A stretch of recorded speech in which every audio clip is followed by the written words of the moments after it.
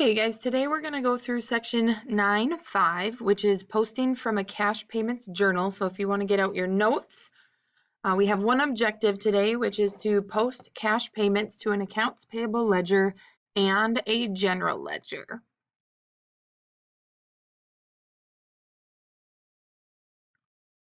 So a credit limit is the maximum outstanding balance allowed to a customer by a vendor.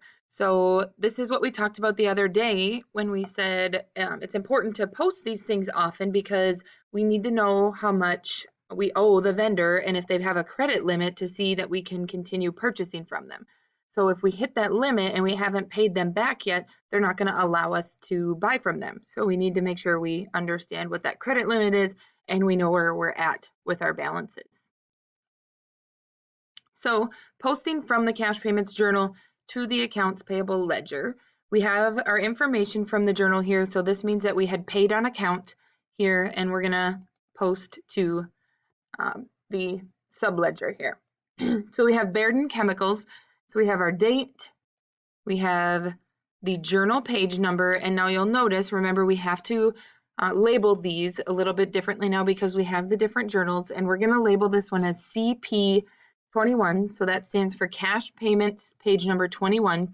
And the reason we have to do the two initials this time is because we are also going to have a cash receipts journal, so we need to be able to decipher which one is which here.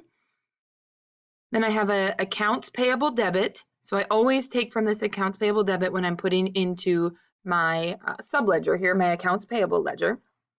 So I'll have that debit, and then I am going to make my account balance. And I have a credit and a debit, which means I will subtract, okay, to get my new balance. And then lastly, I'll bring up that vendor number up 210 to that post reference to say I'm done with this amount.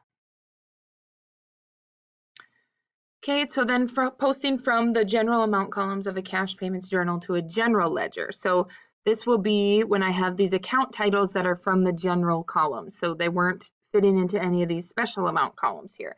So first I'm going to have the date. Now I see that this is my purchases, so it's going in my purchases account here. Cash payments, page 21, so CP 21. It's a general debit of $480.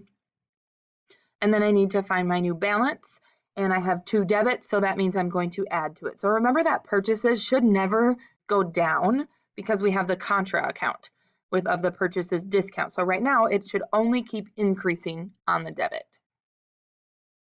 And then lastly, bringing up that account number, this should say account number 5110 and up into my post reference to say that I have completed posting the general amount here. Okay, then at the end here of our journal, our cash payments journal, we need to total, prove, and rule this journal. And so like our other journals that we've done before, we have the date. We're going to label this as totals because there's multiple columns of totals I'm going to have. Then I need to single rule. I will total the columns. And then I will double rule. Okay. Posting from the special amount columns of a cash payments journal to a general ledger. So after I have single line, totaled, double lined, I now have to post those totals. Now remember that we never post our generals here because we did all of those individually with the posting. So whenever I'm not going to post an amount, I'm going to put a check mark. So underneath you should have a drop down in Mind tab to put that check mark on your general debit and general credit because we'll never post those. Okay. But I am going to post my accounts payable debit, purchases discount credit, and cash credit. So I'm going to bring the date for all three.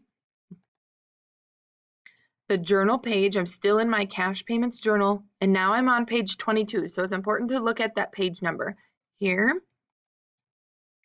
I will then move my debit or credit amount. So here I have my accounts payable debit coming down. I'll have my purchases discount credit and my cash credit here. Then I'm going to do my account balances. So in my accounts payable, I have a credit and a debit, so I'm going to subtract. In my purchases discount, I just have a credit, which is what it should only be, is credit transactions here. So that's going to credit and a credit. I'm going to add them together. And then in cash, I have a credit transaction with a debit balance, so I'm going to subtract. And then lastly, I'm going to bring up all those account numbers. So 2110 underneath accounts payable, and I just match that up there. So this is just an example of a completed accounts payable ledger. So just after I've done all of those for the month, they are complete here for those 6 different accounts I have.